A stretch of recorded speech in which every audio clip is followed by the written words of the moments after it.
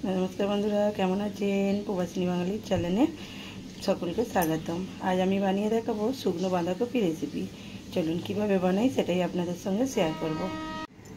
আর আমি শুকনো copy recipe বানাবো। আর এই যে এটা শুকনো কপি তো অনেকেই চেনেন। এটা শুকনো বাঁধাকপি, শুকনো ফুলকপিও করে রাখা যায়। আর এটা তো এখানে শুকনো করা যায় না, আমি তো মুম্বাইতে থাকি, অনেকেই জানেন। এটা গ্রাম থেকে দিয়েছেন আমার শাশুড়ি মা, দিদা। আগে তো আমার দিদাই দিত, দিদা তো এখন নেই। যাই হোক, শাশুড়ি মা দিয়েছেন। এটা রান্না করব। আর এটা কীভাবে রান্না করব সেটাই আপনাদের সঙ্গে শেয়ার করব। আর এটা কিন্তু দেখতে এরকম ছোটো ছোটো লাগছে, এটাকে কিন্তু অনেকটা বড় বড় করে কেটে শুকনো করেছে। আর শুকনো করার পর এত ছোটো ছোটো হয়ে গেছে। আর এরকম বাঁধাকপি অনেকেই চেনেন, অনেকেই করে রাখেন। যাই হোক, রান্নাটা করব, কীভাবে রান্না করব সেটাই আপনাদের সঙ্গে শেয়ার করব। এটাকে আমি ভালো করে ধুয়ে নেব। আর এতে একটা অনেক দিন তো শুকনো এটা থাকে, আর শুকনোর একটা স্মেল থাকে। ভালো করে ধুয়ে নিলে না, অনেকেই স্মেলটা আবার পছন্দ করে না। আমার তো খুব ভালো লাগে, যতই ধুই স্মেলটা থেকেই যাবে, তবুও একটু ভালো করে ধুয়ে নিলে এতে শুকনো করার সময় অনেক রকম ধুলোবালি থাকে, সেটাও ভালো করে হয়ে যাবে। আর এটা না, আমি এত বছর আমার বিয়ে হয়েছে গ্রাম থেকে, এত বছর আমার দিদাই দিত। আর আমার দিদা তো আগের বছর মারা গেছেন, তারপর থেকে তো কী বলবো। যাই হোক, এখন তো আর দিদা দেয় না, দিদা তো আর আমার কাছে নেই, এই দুনিয়ায় নেই। এখন আমার শাশুড়ি মাই এটা দিয়েছে এবারে, আর মাও দিয়েছে, সেটা তোলা আছে। আর কদিন আগে কেউ আসছিল, আমার ভাসুর, তো ওনার হাত দিয়ে এটা পাঠিয়ে দিয়েছেন। এটাকে ভালো করে চটকে আমি ধুয়ে নিয়েছি। আর এটা আমি 2-3 বার ধরে ধুয়ে নেব। ধুয়ে এটাকে আমি সিদ্ধ বসাবো। ভালো করে আগে ধুয়ে নিই, তারপর ফিরে আসছি। বাঁধাকপিটাকে তো আমি 3-4 বার ধরে ভালো করে চটকে ধুয়ে নিয়েছি। আর এটা তো অনেকটাই ছোটো ছোটো করে কেটেছে, অনেকটা নরম হয়ে গেছে। কিন্তু এটাকে এমনি সিদ্ধ করলে না, তাহলেও একটু শক্ত হয়ে থাকে। সেই জন্য আমি কুকারে দিয়ে নেব, দিয়ে একটা সিটি দিয়ে নেব, তাহলে খুব ভালো করে সিদ্ধ হয়ে যাবে। একটা সিটি দিয়ে আর বসিয়ে রাখবো।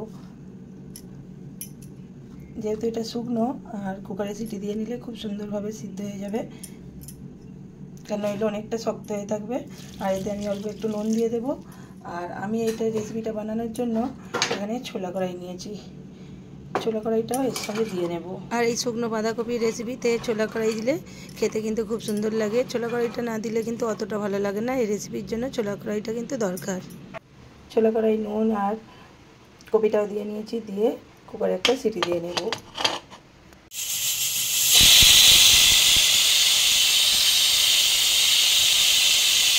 একটা সিটি দিয়ে নিয়েছি। আর এখানে আমি কড়াইতে সরষের তেল দিয়ে নিয়েছি। আমি রান্নাটা সরষের তেলেই করবো। তেলটা গরম করে নিয়েছি, নিয়ে এর মধ্যে আমি একটু নুন আর হলুদ দেবো। নুন আর হলুদ দিয়ে নিয়েছি, দিয়ে এর মধ্যে আমি কেটে রেখেছি এরকম ডুমো ডুমো করে আলুগুলোকে আমি প্রথমে এর মধ্যে দিয়ে আলুগুলোকে ভালো করে ভেজে নেব। আলুগুলোকে আমি একদম ব্রাউন করে ভেজে নিয়েছি, তাহলে আর বেশি সিদ্ধ করতে হবে না। আর ওখানে তো আমার এটাও সিদ্ধ হয়ে গেছে, কপিটা। আলুগুলোকে আমি এবার তুলে নিচ্ছি। কপিটা, চানাটা আর নুন দিয়ে সেদ্ধ করে নিয়েছি। আর এখানে আমি রসুন নিয়েছি অল্প কিছুটা, আদা নিয়েছি, টমেটো নিয়েছি। আর এখানে ফোড়নে নিয়েছি দারুচিনি, এলাচ, তেজপাতা, শুকনো লঙ্কা, আর নেব 5 ফোড়ন। আর নিরামিষ দিনে বানালে অনেকে রসুন খায় না, রসুনটা স্কিপ করলেও চলবে, নিরামিষ হয়ে যাবে। আমি তো পেঁয়াজ দিচ্ছি না এতে, শুধু রসুনটা দেবো। আর প্রথমে আমি ফোড়নগুলো দিয়ে নেব।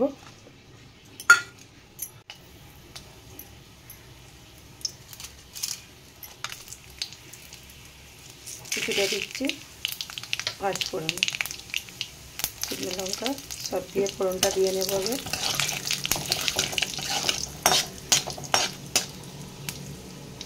ফোড়নটা একটা খুব সুন্দর স্মেল উঠেছে। এবারে আমি এখানে রসুনটা দিয়ে নেব।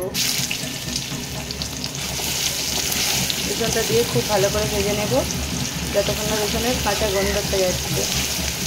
আর এরকমভাবে রসুনটা দিয়ে যে কোনো কপির তরকারি করলে না, খুব সুন্দর হয়।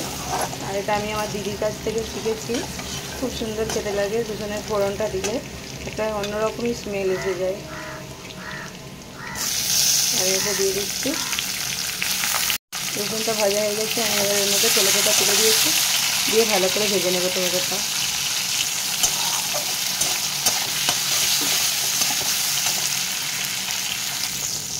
টমেটোটা গলে গেছে, আমি এর মধ্যে দিয়ে দেবো আদাটা, আর দেবো লঙ্কার গুঁড়ো আর হলুদের গুঁড়ো পরিমাণ মতো। আমি শুকনো লঙ্কা ফোড়নে দিয়েছি, খুব বেশি দেবো না, পরিমাণ মতো দেবো।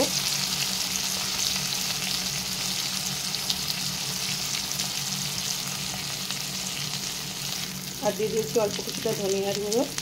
আর আমি এতে আর দিয়ে দিচ্ছি চিনি, কিছুটা চিনি দিচ্ছি, এতে কালারটাও হবে আর ব্যালেন্সটাও ধরে রাখবে সবজি, তাতে স্বাদটা অন্য হয়ে যাবে। কারণ এটা একটু মিষ্টি মিষ্টি, কপির তরকারি অন্য হলে এটা একটু জল দিয়ে দেবো।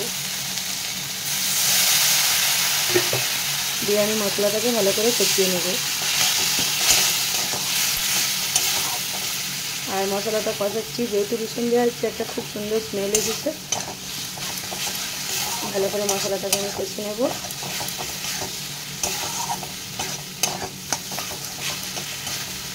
মশলাটা খুব ভালো করে কষানো হয়ে গেছে, তেল ছেড়েছে দেখুন। এবার আমি এর মধ্যে দিয়ে দেবো শুকনো সিদ্ধ করে রাখবো বাঁধাকপিটা, এটা দিয়ে আলুটাও দিয়ে নেব। দিয়ে ভালো করে সব কিছু মশলার সঙ্গে কষিয়ে নেব, খুব সুন্দর করে কষিয়ে নেব কিছুক্ষণ। আর এরকমভাবে বাঁধাকপি বানালে খুব সুন্দর খেতে লাগে, আপনারা একবার বাড়িতে ট্রাই করে দেখবেন। আর বাঁধাকপি শুকনো যারা খান না তারা একবার বাঁধাকপি শুকনো করে রাখবেন, যখন শীতকালে বাঁধাকপির দামটাও কমে যায় শীতকালের শেষের দিকে, আর তখন এরকমভাবে বাঁধাকপিটা শুকনো করে রেখে দেবেন। আর অফ টাইমে, বিশেষ করে বর্ষাকালে খেতে এটা বেশি ভালো লাগে।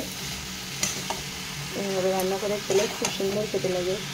যতদিন তো দিদা ছিল, দিদা দিত, এখন তো মা, শাশুড়ি আর আমার দিদি করে দেয়, এই দুবারই দিয়েছে, সবাই দিয়েছে অল্প অল্প। আর এটা তো অল্প জিনিসটাই, আমি অল্পতে ভিজিয়েছিলাম, অনেকটা হয়ে গেছে যেহেতু শুকনো জিনিস। আর এখানে আমি দেখুন এটাকে ভালো করে কষিয়ে নিয়েছি। আর এটা যেহেতু সিদ্ধ করে নিয়েছি, সব কিছু আমার সিদ্ধ হয়ে আছে, খুব বেশি কষাতে হবে না। এবার এর মধ্যে আমি জল দিয়ে দেবো, আর জলটাও আমি খুব বেশি দেবো না, অল্পই দেবো। আর আলুটা আমি তো ভেজে নিয়েছি, ভালোভাবেই সিদ্ধ হয়ে গেছে অনেকটাই। অল্প জল দিয়ে সব কিছুকে সিদ্ধ করে নেবো। আর রসুনের ফোড়নটা দিলে কিন্তু অন্যরকমই লাগে।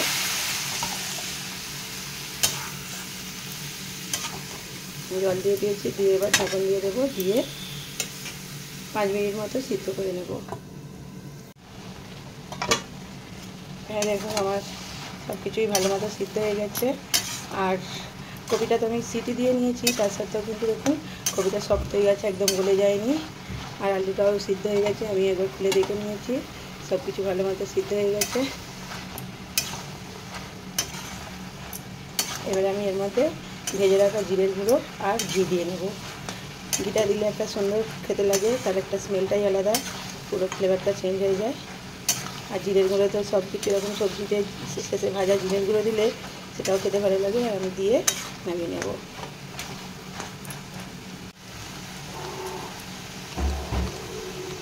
ভাজা জিরের গুঁড়ো দিয়েছি আর ঘিও দিয়ে নিলাম পরিমাণ মতো, দিয়ে ভালো করে মিক্স করে নেব, নিয়ে আমি নামিয়ে নেব সবজিটাকে।